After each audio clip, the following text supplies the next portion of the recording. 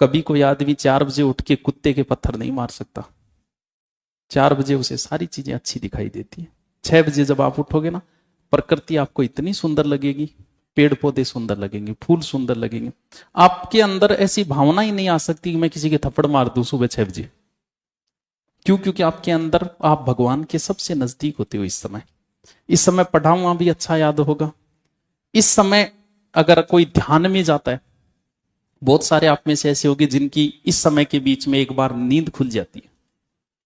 ऐसा कहते हैं कि इस समय अगर नींद खुली और आदमी कोई प्रार्थना करे ना, तो वो पूरी हो जाती है। कारण पता है क्या है? क्योंकि इस समय आदमी भगवान के सबसे नजदीक होता है, उसे बड़ी आसानी होती है। इसीलिए ऋषि मुनि इस समय उठते थे 4 बजे, फिर वो ध्यान में बैठते थे, वो तुरंत ध्यान में चले जाते थे। ये सबसे अमूल्य समय। इस समय में कहते हैं कि कभी कोई आदमी किसी की मर्डर नहीं करता, उसके मन में ऐसा भाव ही नहीं आता कि मैं किसी को मार दूं। और इसके अपोजिट है ये, जितने उपद्रव होते हैं इसी समय होते हैं, जितनी हत्याएं होती है लगभग इसी समय होती है। इसी समय आपको भयंकर गुस्सा आता है, सुबह नहीं आता कभी। इस समय के बीच में गुस्सा नहीं आएगा आपको। ये सबसे खतरनाक समय। और कहते हैं कि इस समय भी भगवान का ध्यान करना चाहिए ताकि आप किसी भी गलत कार्य से बच जाओ, क्योंकि जितने गलत कार्य होंगे ना वो इसी समय होंगे। आपको अगर आप आराम से सो लेते हो इस समय के बीच में, तो आपके लिए सबसे अच्छा समय है। लेकिन सो के सिर ल्या दो। जाग आ गई तो प्रकृति आपको कोई संकेत दे रही है, ऊपर वाला आपको कोई संकेत दे रहा है, उठ जा, कोई काम कर ले। या हो सकता है भगवान के आप इतने नजदीक हो कि वो आपको मैसेज दे रहा है। इस समय बहुत से लोगों की नींद खुलती है इस समय, लगभग लोगों की खुल जाती है 4 बजे 6 बजे के बीच। छोड़ दे करो बिस्तर, चल ठीक है अब ध्यान करेंगे या पढ़ाई करेंगे। बहुत अच्छा समय होता है ये 4 से 6 के बीच। हो सके किसी दुश्मन से आपकी दुश्मनी हो, तो जैसे ही आप उठोगे आपको वही दुश्मन याद आएगा। मैं तन्ने जागता ही मन तेरी याद आ। तू रात को जब सोया था तो उसे याद करते हुए सोया था, इसीलिए उठते ही तुझे सबसे पहले वही याद आया जो रात को सोया था। इसलिए सोते समय आपका दिमाग एकदम शांत होना चाहिए। अगर सोते समय पढ़ाई का ध्यान है तो रात में पढ़ाई का सपना होगा। क्या देखो अमन आजकल पढ़ाई का सपना होगा बहुत है। तू सोते समय अपने दिमाग को शुद्ध करके नहीं सोया था। सोते समय जो भी भावनाएं हैं व्यक्ति उसी भावना के अंदर चला जाता है। इसीलिए कोई व्यक्ति टेंशन में सोएगा तो सारी रात विनीता खोजा खोजा सपना होगा। इसीलिए कहा जाता है सोने से 10 मिनट पहले आराम से बैठो, मन को शांत करो, ध्यान में बैठो। अगर कोई व्यक्ति ध्यान में सोया तो वो ध्यान में चला जाता है और उसकी जो नींद होती है उसका दिन ऐसा लगता है जैसे नया जीवन हुआ है मेरा। सब कुछ अच्छा लगे, कुछ भी याद नहीं आएगा उसको। इसलिए जरूरी है कि 10 मिनट ध्यान करो।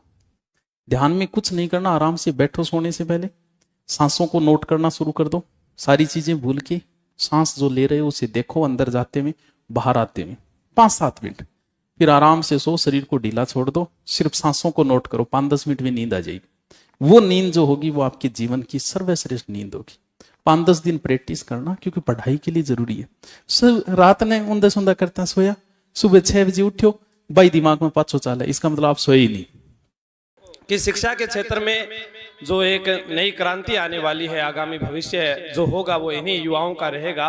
और जो ये CUT है जिसके बारे में आज बहुत कम लोग जानते हैं, हम इसके बारे में जानेंगे। सर ने भी कहा कि प्रत्येक व्यक्ति चाहे तो IPS बन सकता है, वो चाहे तो RS बन सकता है, लेकिन हमारी सोच ही जो है वो खत्म हो जाती है 12वीं तक आते आते। हम ये सोचते हैं कि एक सरकारी नौकरी भी क्या, घर वाले ये कहते हैं बेटा जल्दी से जल्दी नौकरी लग जा नहीं तो शादी कर देंगे। लड़की को कहते हैं बस बहुत होगी पढ़ाई, अब अगले घर जाना है। तो उसको उसके सपनों के लिए सोचने के लिए उसके पास वक्त ही नहीं होता कि वो करे क्या। अब ज्यादातर हम देखते हैं कि हम डिग्री कॉलेज के पीछे ज्यादा भागने लगे कि हम BEd कर लेते हैं, हम ANM JNM कई डिग्रियां हैं, हम उनको कर कर बैठ जाते हैं और कंपटीशन के दौर में फिर फंस जाते हैं। और घर वाले कहते हैं कि आज पेपर देकर आया, क्या हुआ? तो सुनने में आता है कि पेपर तो लीक हो गया। तो वो फिर एक अवसाद में चला जाता है। उनके लिए मैं कहूँगा कि शिक्षा के अंदर जब अपने जिस फील्ड को चुनते हैं उसके अंदर हमारे सामने बहुत सारी चुनौतियां आती है।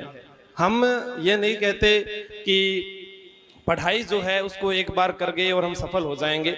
आप कोई भी कार्य करोगे उसके अंदर चुनौती आएगी। आप किसी भी कार्य की शुरुआत कर लें, क्योंकि कहा गया है कि उगता हुआ वृक्ष प्रगतिशील राष्ट्र का प्रतीक होता है, वैसे ही एक युवा जो हमारे समाज की नींव है और हमारे गांव, शहर और हमारे परिवार, उन सब की आन बान वही होता है अगर उसे सही दिशा में लगा दिया जाए तो। लेकिन ये तय नहीं कर पाते।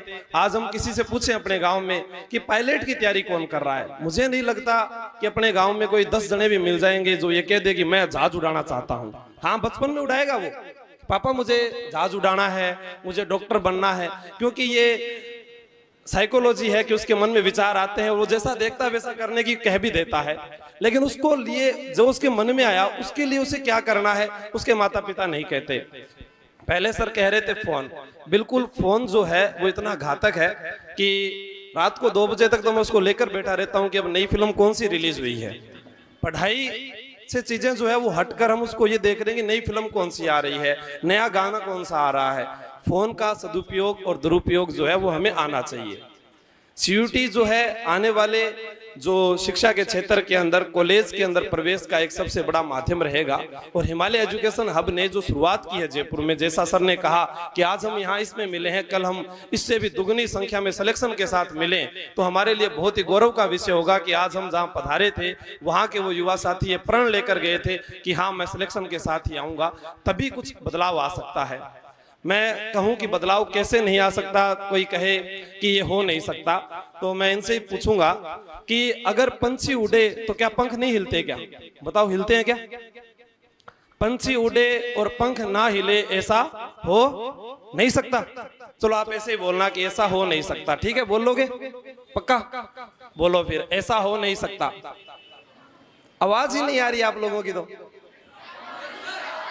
पंछी उड़े और पंख ना हिले ऐसा, संगीत चले और दर्द ना गले ऐसा, और बंदा जिसे शिद्दत से चाहे वो ना मिले ऐसा। तो फिर आप जो चाहोगे वो नहीं मिलेगा क्या? मिलेगा, क्योंकि जब नाव जल में छोड़ दी, तूफानों को ही मोड़ दी, सिंधु को दे दी चुनौती, फिर धार क्या मझधार क्या, जब ठान लिया मरना ही है, मृत्यु तो वरदान ही है, फिर हार क्या फिर जीत क्या, संघर्ष के राह पर जब तुम चल पड़े तो फिर फूल क्या फिर अंगार क्या, फिर फूल क्या फिर अंगार क्या। तो आप